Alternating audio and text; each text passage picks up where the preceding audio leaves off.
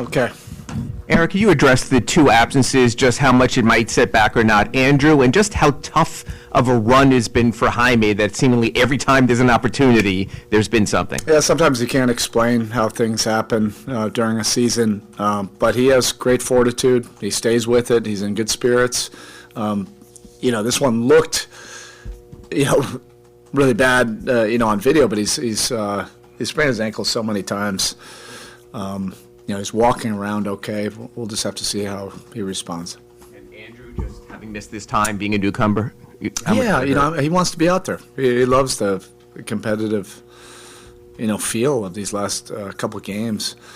But we have to be smart about it. He's been very diligent with his work, and we'll get him back soon. Kel'el started the second half of last game off the bench. How pleased were you with how he responded in the second half, and how important is that to the development, just the resilience? Yeah, I think it speaks to his competitive character, and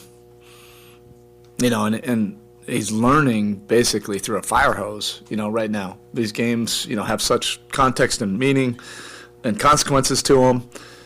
He's not being gifted minutes, for a young guy, but there's a lot of things, that, are scouting report related or just competition related or,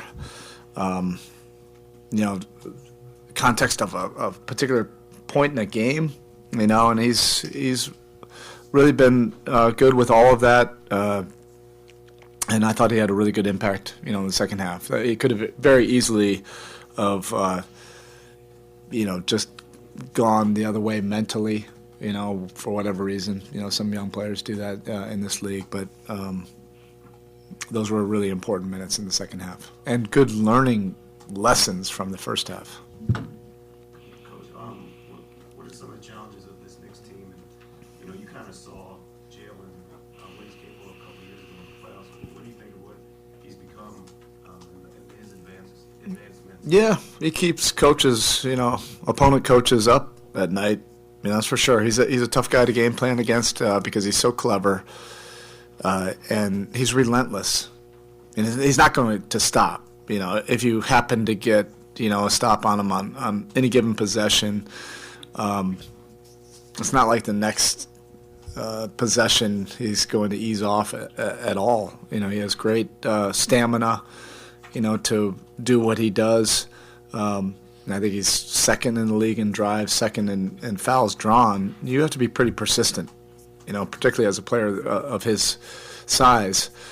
So I have great respect for him, even more so than when I got to know him. He's a winning player, winning personality. But when you're dealing with the Knicks, probably the thing you have to adjust to, probably more than anything, is they're a great offensive team, and they play with significant pace, not only in transition but in the half court. They have good off-ball players that cut and do things that you have to keep awareness about through an entire possession.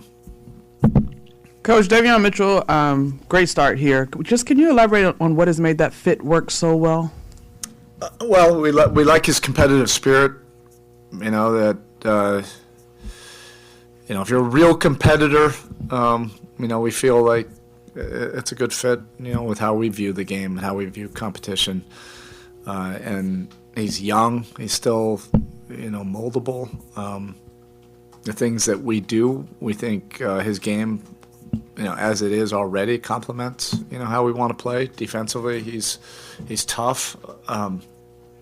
Point of attack defense is one of his strengths, obviously.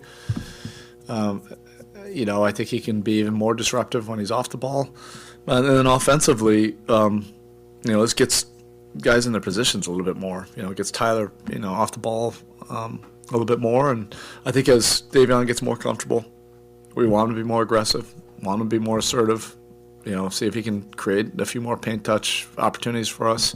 And he's going to have, open looks until the scouting report changes. So we want to feed him a lot of confidence. All right, thank you.